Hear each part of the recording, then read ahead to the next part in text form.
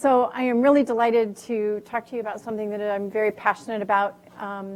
In the world of pediatrics, often whenever there's areas of interest, it seems like pediatrics always lags behind. FDA always approves the drugs for adults prior to kids. Whenever there's an intervention that comes, it seems like children always tend to lag. So I am really delighted to be able to represent some of the teeny-weeny kids as we're starting to look at how do we make a prevention and how do we make an intervention, and how do we make sure that we're actually looking at prevention before the children actually end up in the area of obesity. So these are the objectives which you guys have received and know of, and I'm going to keep moving on because I have a fair number of slides that I want to make sure that we have a chance to get to. So we're looking at childhood obesity and a growing complexity problem in America. So when I trained in pediatrics, we didn't talk about 2-year-olds that had obesity. The mantra was these kids will just grow into it. So what we ended up finding out is that a 5-year-old that was obese and was 95 pounds was not going to grow into their, quote, weight until they were pretty much about 12 to 13 years of age. And so that had a huge impact on them as they were growing up as being an obese child. And we were a little bit slow in pediatrics and starting to change our tune. Instead of saying pediatrics, kids that are obese will actually grow into their weight. So we kind of want to review really quick. This is going to be the organization of the talk. And we know that childhood obesity in San Bernardino County is close to double in the national rate in some age groups. And one of the policy briefs on childhood obesity indicated that childhood obesity was more of a problem in California and specifically in San Bernardino. So I apologize if some of my attention is toward our own home county here in San Bernardino. So we're going to quick look at definitions. We certainly know what BMI stands for, but I want to draw your attention to the top two, and that is in pediatrics we use percentiles rather than the standard deviations that are used for adults. And we're just going to review for children. Overweight is going to be percentiles between 85th percentile and less than 95th percentile, and obesity being that of greater than 95th percentile. So let's look at how big of a problem this is for obesity. So let's start globally and then kind of move down a little bit more specifically. So the data from 2016 shows that we have over 1.9 billion adults age 18 and older who are overweight. 39% of men and 40% of women are overweight. And if we look at the adult population, we'll realize that 13% of the world's adult population is obese. So if we start to look down toward 2018 at 40 million children under the age of 5 who are overweight, we used to think that this was just a high-income country problem. Overweight and obesity now we know are on the rise in low and middle-income countries, particularly in urban settings. In Africa, the number of overweight children under 5 has increased by nearly 50%, and almost 50% of the children under age 5 who are overweight or obese live in Asia. So this is a huge problem that we are addressing. And now we'll move on to look a little bit more about the 5 to 18-year-old kids. So let's look back in 1975. So 1% of children and adult and adolescents were obese. 4% of children and adolescents were overweight and obese, making that about 18% in 2016. And we now realize, so we've had a drastic increase. This is obesity and overweight issues are linked to more deaths worldwide than being underweight, which is a change. So let's look a little bit more specific age categories from the 2015 to 2016 age group. And what we can see is that it's about the same for boys and girls. So it looks like there's a little bit of an improvement when we're looking at our 2 to 5-year-olds are not as drastically affected. And you can start to see that the increase occurs incrementally as we start to looking at the 10 to 11-year and the 12 to 19-year age group. With a little bit of similarity, they rise pretty quickly in boys compared to what we see in girls. So before we start talking about doom and gloom, that we're trying to change the entire world, there was a little bit of good news that we got. And that is that in 2014 and 15, WIC reported that our 2 to 4-year-olds actually had plateaued and slightly increased.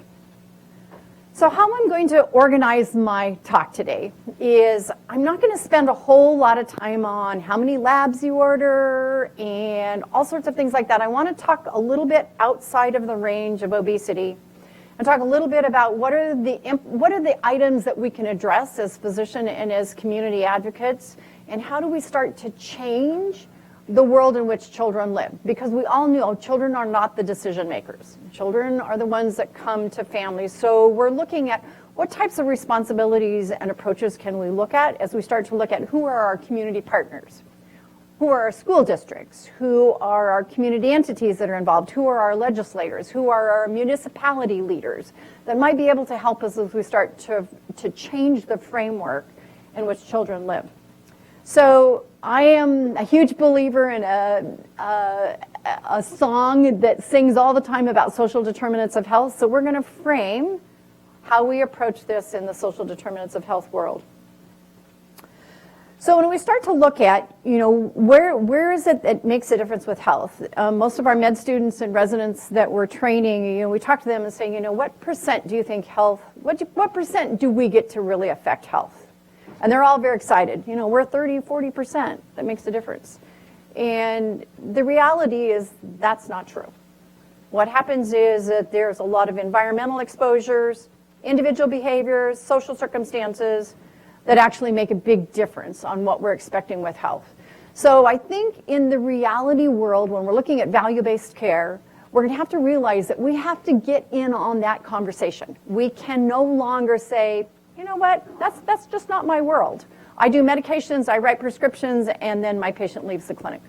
So this has been really fun when we start to talk about, what do we know about a patient? What we know about a patient is what we ask.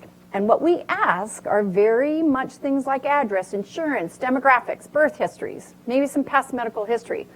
But we don't ask the questions about social determinants of health. That's not where we think that wherein lies our responsibility. So we all know that social determinants screening for health in children in poverty is really critical. I often use the example when I'm talking to groups is that if you're an ER doc and you just had a 16-year-old that came into your ER and they've got an obvious humeral fracture, perfect, you know what to do. Now what happens if your orthopedic department just quit yesterday? Now you don't have that resource. That doesn't mean you're going to ignore the issue with the patient. So I think it's really important that we embrace the idea that when there are problems that come into our clinic and we're dealing with issues of food insecurity and maybe some transportation issues, that is still part of our responsibility to connect them to resources. Because we know that in my federally qualified health clinic that 50% of the prescriptions that we write don't get filled. So it makes it a very real that whole treatment plan that you come up has to be very realistic. So we're going to talk a little bit about place. And actually, Healthy People 2020 decided that place really matters. So it matters where you live. We know that 20% or more of health is related to access to care and to quality of services. So we can think we're really great. We're going to get on the bandwagon. We're going to make sure we understand the social risk factors that families live in. But the problem was the original study, one of the original studies that came out was called the Delmar Divide, and this was in St. Louis. And I actually lived there. And I can tell you, when I would drive down the Delmar Boulevard, there was one side of the road that I knew was doing well, and there was one side of the road that I knew was not doing well. And we know that a person's zip code is probably much more powerful predictor of health than their genetic code. So, and you can tell this is an old slide, and I refuse to get rid of this slide because of the fact that we knew this then. And it has taken a long time for the medical community to get behind the idea that we really need to be engaged when we're talking about living conditions for families.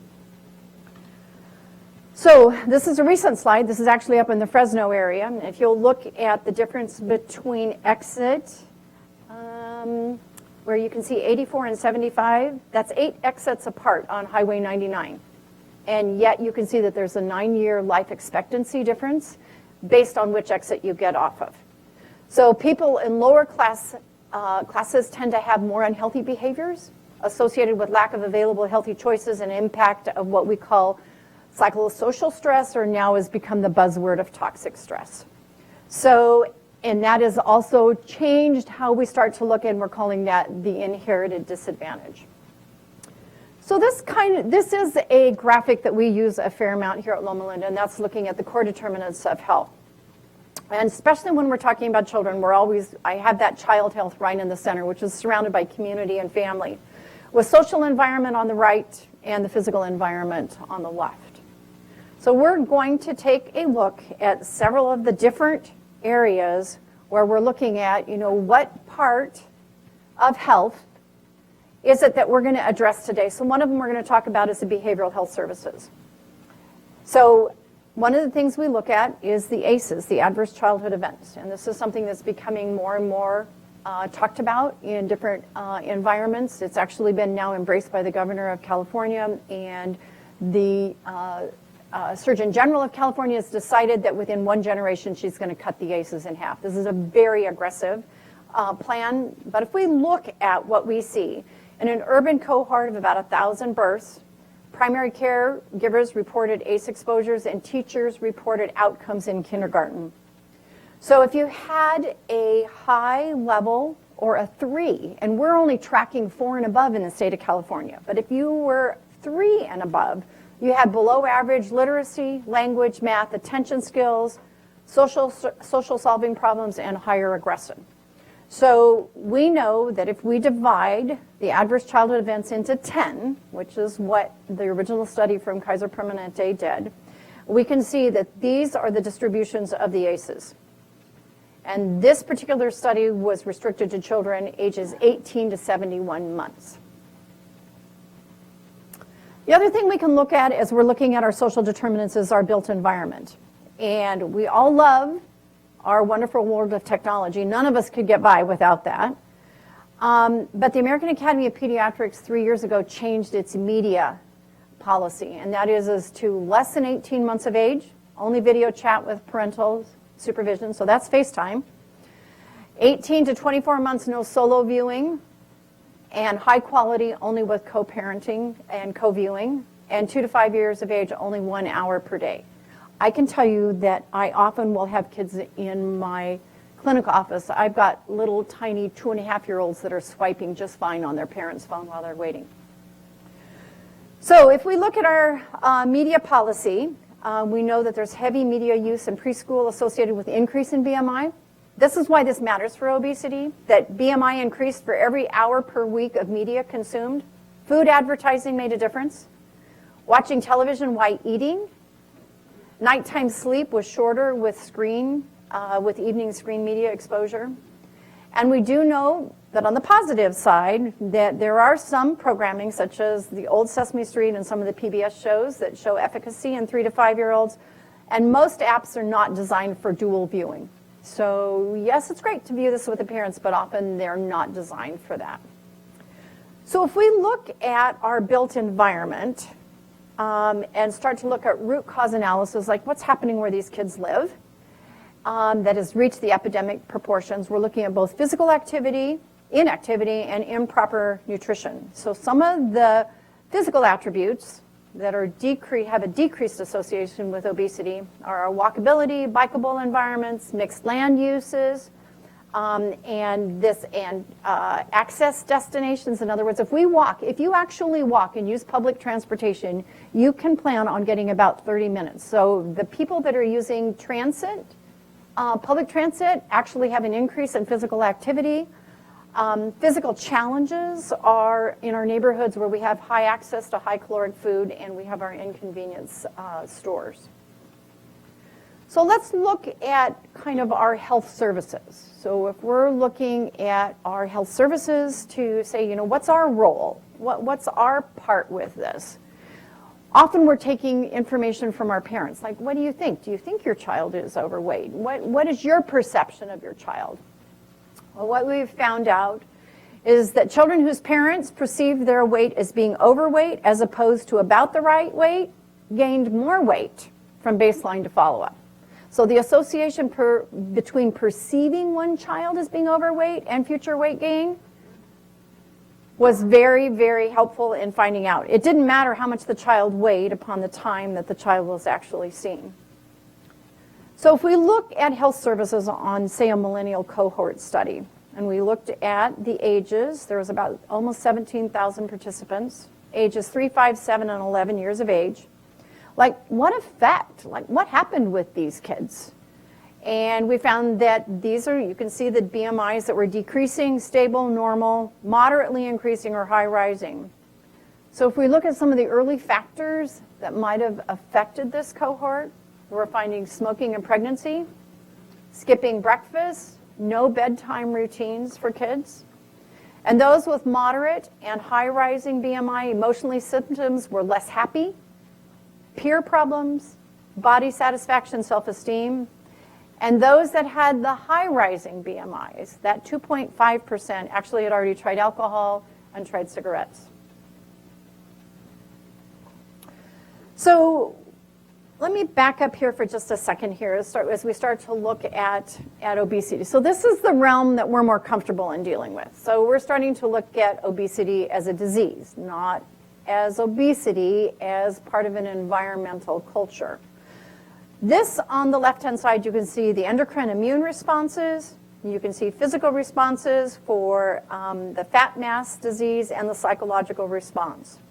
So I am going to look very tightly more at the right-hand side as we go further on the talk, but I'm going to spend the next couple slides doing a more standardized approach of what we might do in the clinic. So one of these might be to look at focused review of systems, the comorbidity. And there are 10 comorbidities or focused review of systems that we tend to look at for obesity. And that is what's happening in school. Is there depression, anxiety, bullying that's going on? What about muscle fatigue? We all know that vitamin D has become much more important as we start to look at in someone with a chronic illness. Type 2 diabetes is definitely on the rise with children. I'm one of the school physicians for San Bernardino City Unified School District. We have a huge number of kids with type 2 diabetes. How about headaches?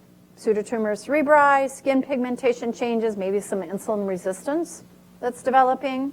How about our obstructive sleep apnea?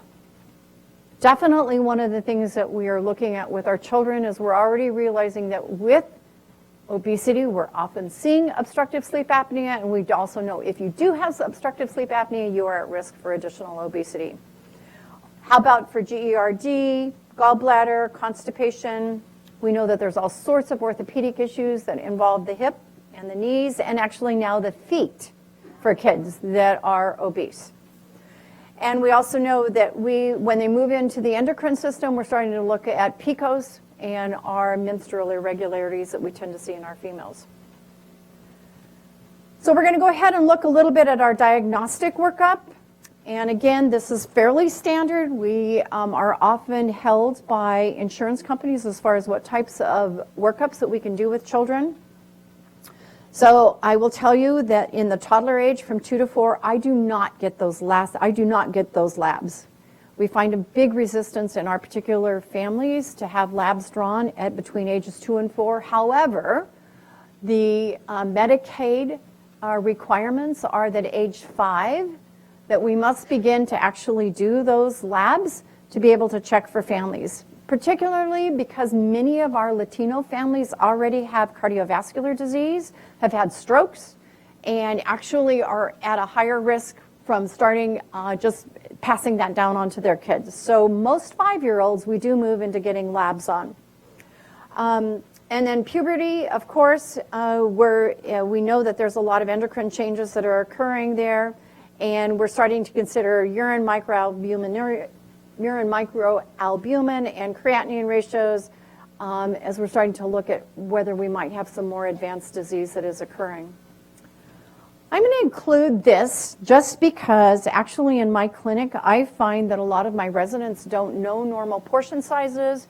They don't know as much nutrition as we would like for them to do. So we actually have developed and copied from several researchers what general intake guidelines are for the 5 to 18-year-old kids. knowing that we have WIC that's helpful for us in our 0 to 5-year-old children here in the state of California, and is it a federal program. I'm going to include this one slide for our 0 to 24 months, because I think when I first started talking, I was referencing the fact that we used to not look at anybody who was even 2. But we're also realizing that the die is often cast, even with our little teeny tiny ones. So we know that breastfeeding is a protective factor against obesity. So we have actually decided between behavior and sleep, intake and activity, there's actually 3 components that can actually help families regulate so that their small little baby is not just satisfied by food. Because what happens when there's a behavior issue or there's a sleep problem, the immediate response that parents move to is food. Feed them more. And they're not very good at regulating themselves. And we often think that since we don't have a lot of markers for children, parents feel like our children are gaining weight and look a little bit chubbier, that they might be a little bit of a healthier child. We're going to move over into food as the other part of our social determinants in our physical environment. So this is what we see in our nation. So in the nation, 1 in children is food insecure. And if we look at, in the state of California, or that little girl on the bottom right-hand side, we know that it's actually 1 in 5 in the state of California. So we have 1 in 5 children that is in the state of California that is actually food insecure. So since I work at a federally qualified health clinic, that pretty much means that almost every one of my kids that I see is food insecure.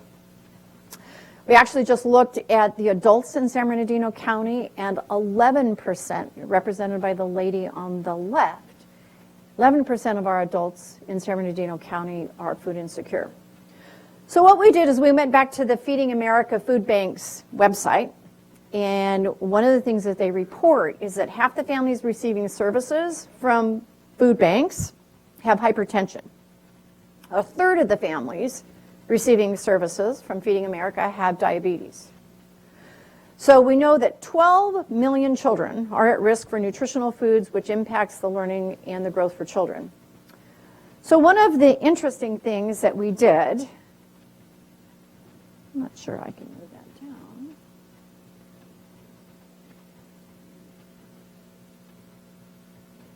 Is how does this affect healthcare?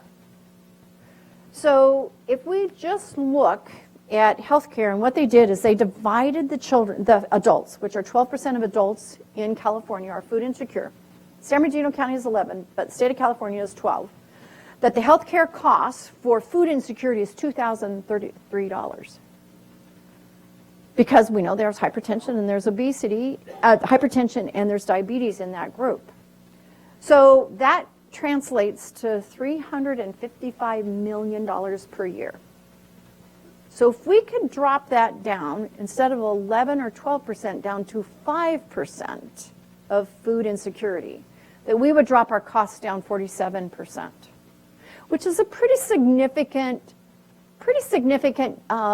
benefit. So because if we think about this, it's not like we don't have enough food to spread around. It's just not where the person is that needs the food.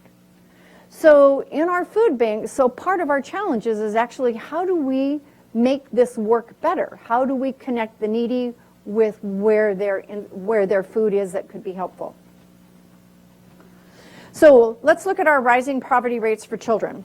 So I'm going to bring your attention down to the fact that, remember there's two areas of food that are specifically for children. 0 to 5, of course, is our Women, Infant, and Children program. And our Supplemental Nutrition Assistant Program, or a SNAP program, or our old food stamps, is the other part that actually helps for children. And that the other part is we know that 50% of calories are consumed by children at school. So we either have a partner or we have somebody who could improve their partnership with us in the healthcare and creating even a better nutrition program for children at school. So let's look at what's the pediatrician's ability to be able to help with this. So between 0 and 5, there's 20 well-child visits. And between age 0 and 21, there's 31 well-child visits. So those are real opportunities for us to have a conversation about if there is food insecurity. Let's connect you to food, because those are services that are available which we know will help as far as looking at changing the trajectory for obesity. So for every dollar spent on WIC, it saves $3.5 in reduced payments for Medicaid due to health-related downstream diseases. So this is my community here. So this is San Bernardino, Highland, Loma Linda, and Redlands area.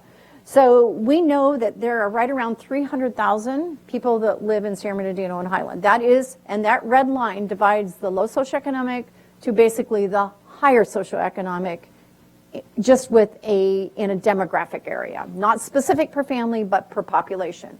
And we know that in Loma Linda and Redlands, there's about 100,000 combined. But yet, if you look at the number of grocery stores, you see that it's exactly the opposite. There's almost 3 times as many grocery stores in the higher socioeconomic than there is in the lower socioeconomic.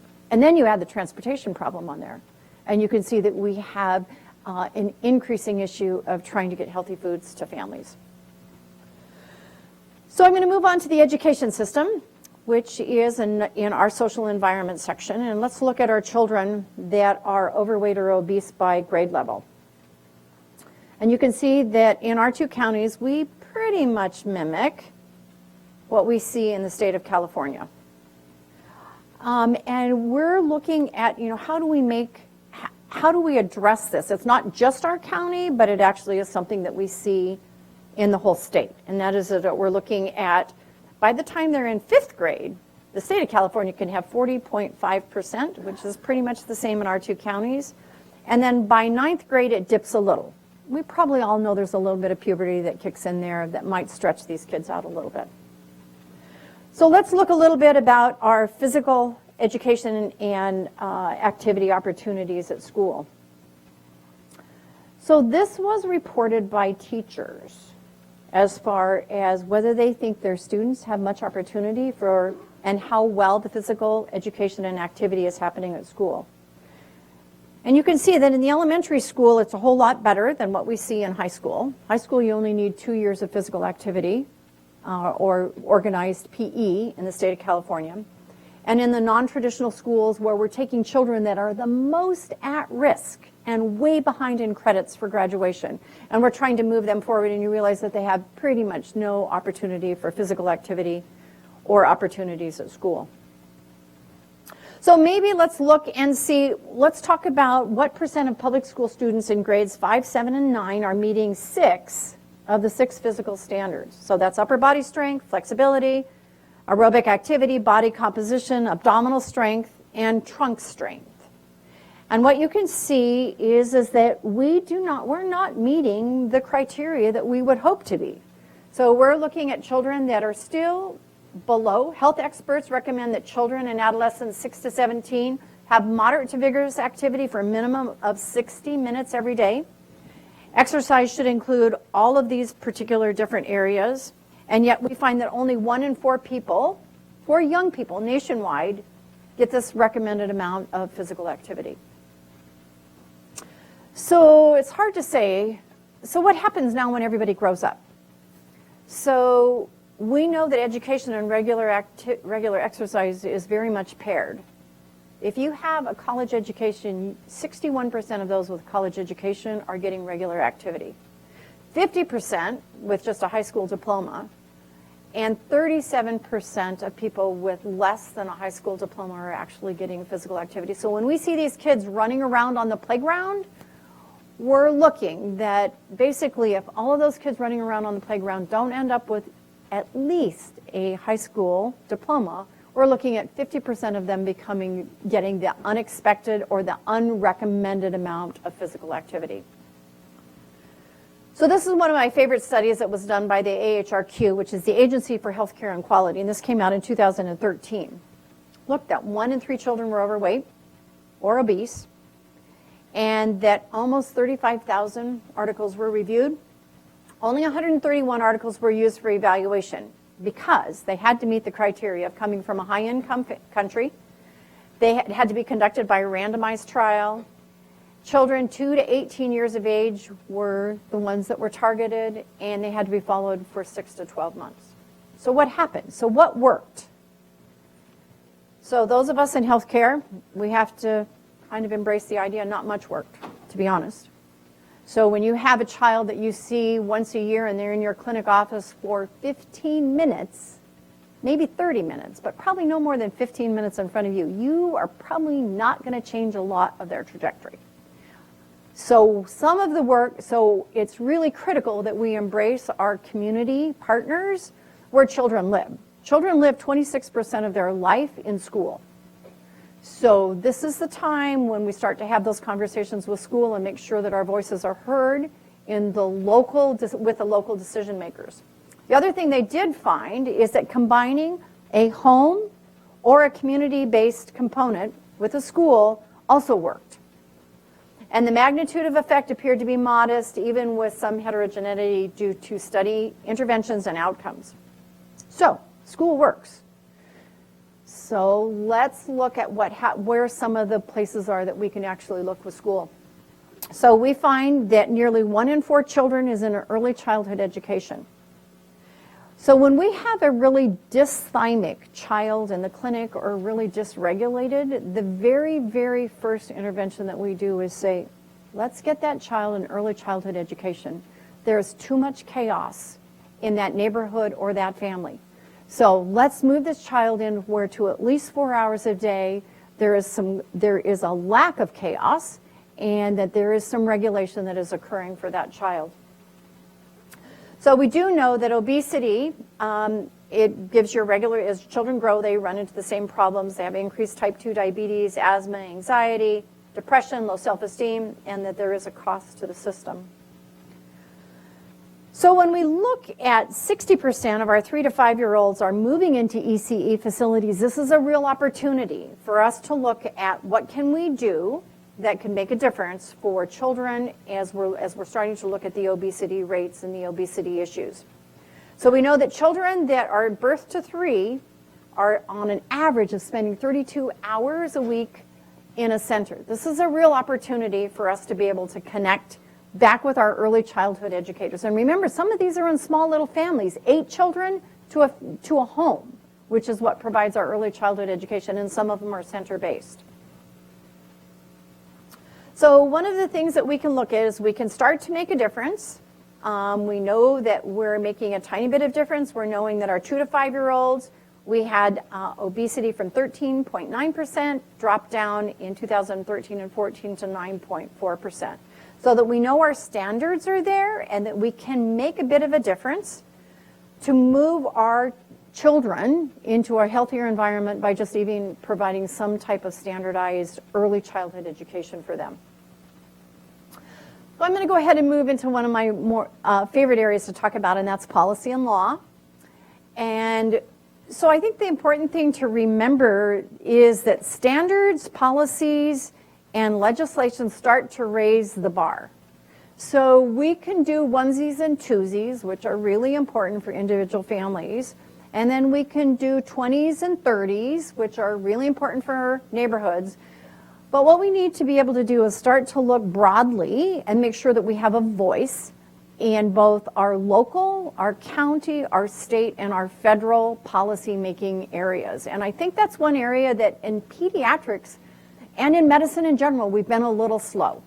Rather than, and I think even, I'm going to even say that even in our own philosophies, we've sometimes been a little bit slow in moving forward and saying, we're not trying to be political. What we're trying to do is just advocate for our patients.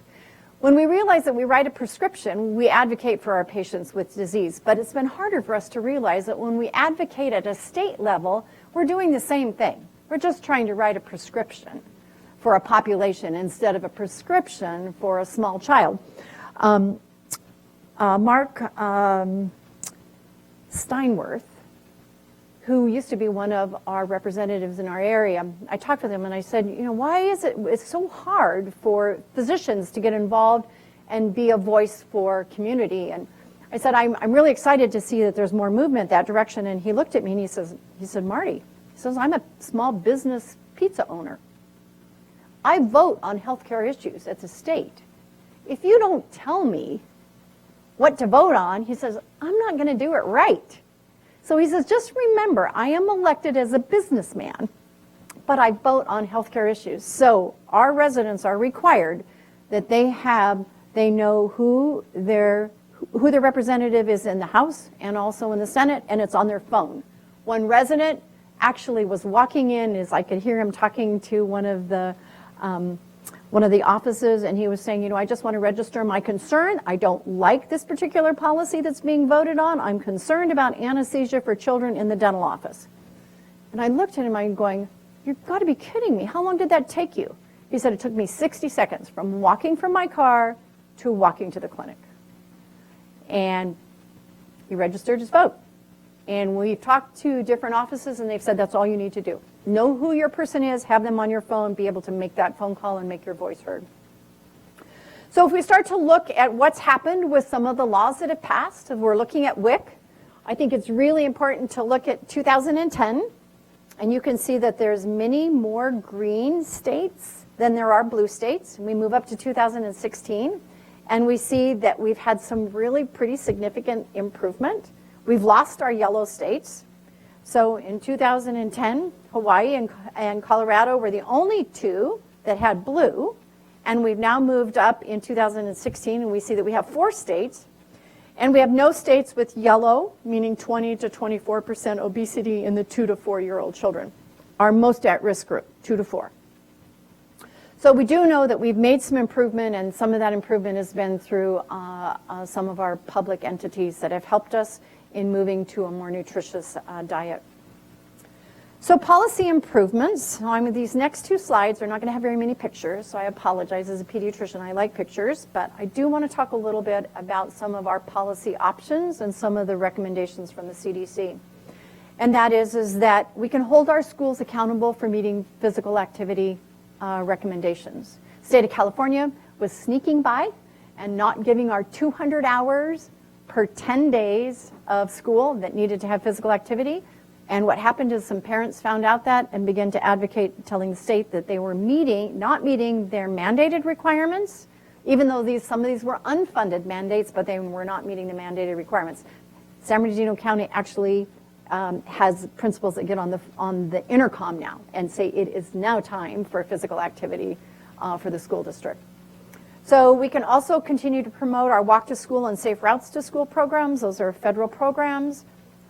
Joint use on school properties. They have huge fields. Why is that we can't use those on the weekends? Why can't we use those for walking sites for families?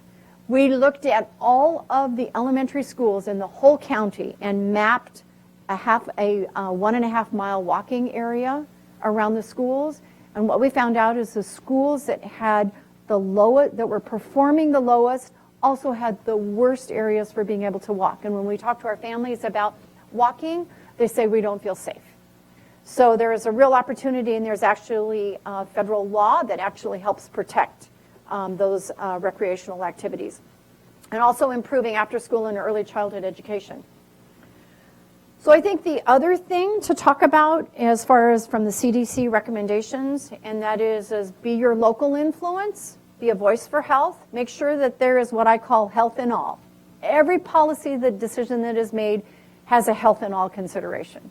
So there's not just a business consideration, it also has to have a health consideration before a law is passed, or a standard or a guideline is set for your local areas. Population-wide areas, looking at marketing of unhealthy food, beverages to children, which is huge. We all know the sweetened beverages are the #1 thing that cause issues for small children. Nutritional labeling, restaurant incentives, that there is the healthy choice, that milk is served or water is served with all children's meals. Fruit and vegetable initiatives and physical activity policies. And I think the other thing is remember the community-based interventions that are local. Our school communities and our community-based supports are huge in working with our clinics. So we're going to talk a little bit about some of the issues, and I'm going to move into obesity and bullying, so that we kind of get the idea of what happens for a child at school. I often have children in tears in my office because they're sad. I figure that's why they're crying. I haven't given them a shot yet, so I figure they're crying because they are sad. And many, many families are coming to our office and saying, we really want our child to have home hospital privileges, which means somebody comes to the house 1 hour every day. Well, the problem with that is school districts can't afford that. And the reason behind that almost always is bullying, even though the school is required to have a bullying policy. So we know that 10 times more children and teens are obese today than 40 years ago. And we do know that weight-related bullying can occur as early as 3 years of age, and fat is considered the new ugly on the playground. Compared to their average weight peers, youth who are overweight are often viewed as mean, ugly, stupid, and undesirable playmates, and less often selected for a friend. So that's even carries over and becomes stronger in the elementary and the middle school years. Less peer acceptance, perception of being less athletic and unattractive. Dishonesty has been attributed to children that are obese, and it doesn't seem to make a difference whether it's gender, race, or grade. And we're looking at 63%, rates higher of being bullied for a child with obesity than a normal weight peer. So as you move into the high school years, you're looking at 40.8% of teens state that they are teased because of their weight. So what happens to those children, and particularly the teens? They skip PE, they're less motivated to exercise, they're certainly not going to want to be in an area where they think they can't compete or be as fast as their friends. So we see kids coming in for additional issues in the clinic to skip PE. Please, doctor, write me a note so I don't have to go to PE. Poor friendship quality, increased isolation, and certainly higher depression rates we tend to see. And some of the things that we know, there's an increased feeling of loneliness. So you add that issue on top of the home life that they have, it's not uncommon that, and it's not unpredicted. If you look at the suicide rates that we see actually in our own areas here, that is considered the mental health being the #1 issue that schools are addressing. So if we look at mental health and our behavioral health, we're looking at a weight bias and a vulnerability for all of the 5 things at the bottom. And all of those 5 things do not help with a child that's trying to achieve grades, graduate, and move on to life career choices. So one of the questions has been, what types of weight-based victimization are we seeing? Called names, they're teased, ignored or avoided, which is isolated, which is considered by some areas to be just as toxic as somebody who's actively being made fun of. Negative of target rumors, verbally threatened, and physically harassed. So one of the questions has been, who's doing this? Where is this coming from? We all know that bullying has drastically increased in just even the last 10 years. So peers, friends, they report PE teachers and coaches at a pretty high amount, and parents. So there's a big, heavy lift to be looking at. How do we move that teasing away and move into a more positive conversation to be having with our parents and our children? So we're going to talk just for a tiny little bit about the types of bullying. All of us know that we're looking at sexual comments, taunting, threatening to cause harm, can be all in what's called in verbal bullying. Social bullying, which means hurting relationships, leaving someone out or on purpose, spreading rumors, telling other children not to be friends with someone, embarrassing somebody in public. Physical bullying, of course, involves hurting someone or taking their possessions, stealing their backpacks, putting things in their lockers, tripping, pushing, breaking someone's things. And then I think probably the thing that is the most frightening for parents, pediatricians, and children is the cyberbullying. The cyberbullying, it's been several years now since we had our first case of suicide that was attributed to cyberbullying. These are really big issues, and these children, who almost all have cell phones, even if they are in a low-income family, are already being exposed to this and don't have the ability to be able to make executive functioning choices about what to put on the internet. And they often have very little, we know that the frontal cortex of the brain does not mature till age 21. You can imagine the kinds of choices they're making and how they can be ganging up on another child for something as silly as picking their nose. And so I think we have to realize that this is a pretty rough world where kids are. There's certainly, obesity is just one of the things they get targeted for. But I think that realizing the stress that these kids live in and the anxiety they live in with having themselves in a bullying situation, we have to realize that that can also mitigate even further obesity as they begin to binge eat. So I think it's important for us to realize what that kind of world is for them. And then if we look at academic consequences, students who are bullied for their weight state that their grades are harmed and they admit to wanting to avoid school. Weight-based teasing mediates relationships between BMIs and poor school performance. So it's a vicious cycle as we start to see what happens to them academically. So I want to spend just a few minutes. I want to leave about 7 minutes for questions or more. But there are some tips for parenting in talking with their children. Start an open conversation, identify mutual ways to resolve challenge areas.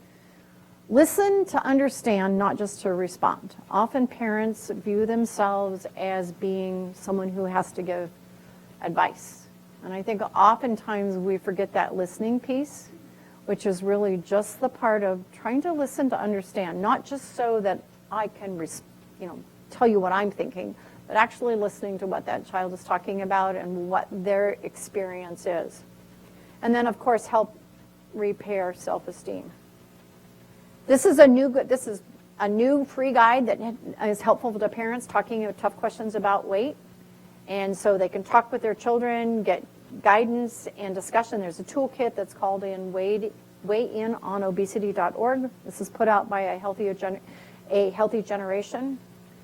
There's some actually free educational videos that actually talk about the weight bias that we have in healthcare and weight prejudices, myths, and facts. There's actually an interactive site on the CDC where you can actually punch in on any of these buttons and actually look to see what other types of resources are available for you. And then the next 3 slides are just basically references, which we can share with you to be helpful. And then I think, Dr. Peters, I'll ask you for some help with some questions, if there's some questions from folks. I think I finished right on time here. You did indeed. So we have some time for questions, and here's our good little microphone one side. And I just learned that part of my job is actually to be on the other side.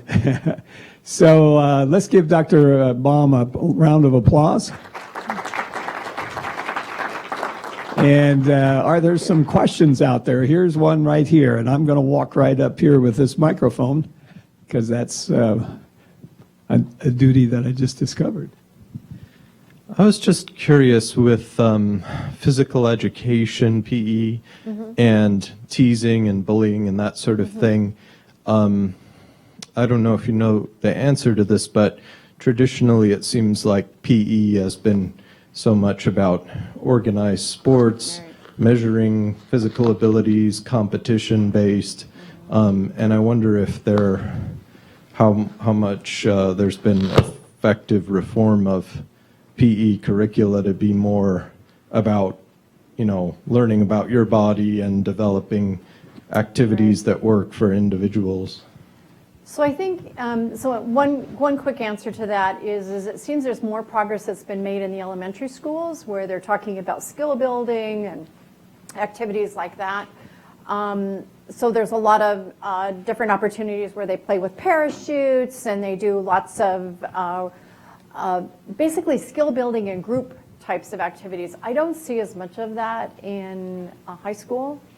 And I think some of the proponents of that have basically said that if it doesn't have to do with a ball or jumping over something, it's probably not going to be very much in the high school areas. And I think there are certain schools that have made better progress with that, but it is still very game related. Okay, next questions. Any more questions? All about our young people. Here we go. It strikes me as almost astounding that 1 out of 5, 1 out of 6 children lacks food security? Food insecurity. How can that be? Are the parents have problems of their own? They can't provide for the children's needs? It just seems, because there's no shortage of food, like you said. So the food exists in food banks and some of the food distribution center areas. And the questions that are asked of parents are, do you have enough food in your household? You're expecting to run out of money for food by the end of the month. So those are the two questions that tend to create a positive I'm food insecure. When we look at children, most children we've got 1 in 5 children in poverty in the state of California. Some people think as high as, if you look at the Medicaid population, which is reflective of the number of children that qualified for Medi-Cal, is that we have a huge number. If we just even look at our children's hospital here, we're almost an 80% Medi-Cal hospital. So I think the issue is that the socioeconomic status for young families and for children in the state of California is pretty abysmal. But enough food is available for the kids. Right.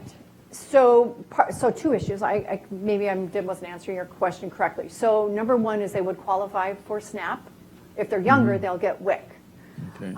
The other thing is for them to be able to state that they're food insecure, probably due to a socioeconomic status, and then to be able to tell somebody so we can connect them with food banks. So I work in a federally qualified health clinic, which means pretty much 1 in 2 of my families ought to be food insecure. We find that there's often families that don't want to talk about that. And if they're immigrants, they don't want to report and take social services. All right. Okay, thanks. So, but the other part to that, I think the underpinning of all of this in our particular county area is that we have most children that qualify for free and reduced lunch and free breakfast. And that's built on the fact that the scores are low and the socioeconomic status is low. So we actually have children in the Indio area who have been reported. I haven't verified this in the last 5 years, but before that reported that in the summertime, their weight actually dropped because they weren't getting free and reduced lunch. So hence our summer feeding programs. The fact that we asked that question says we're not aware. And we could actually, this is probably a political statement, but we could end childhood hunger now if we all decided to make that a priority, period. There's plenty of food. Question up here.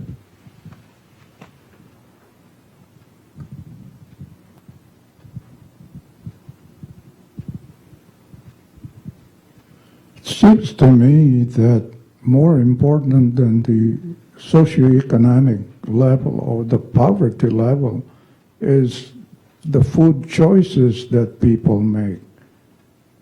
For instance,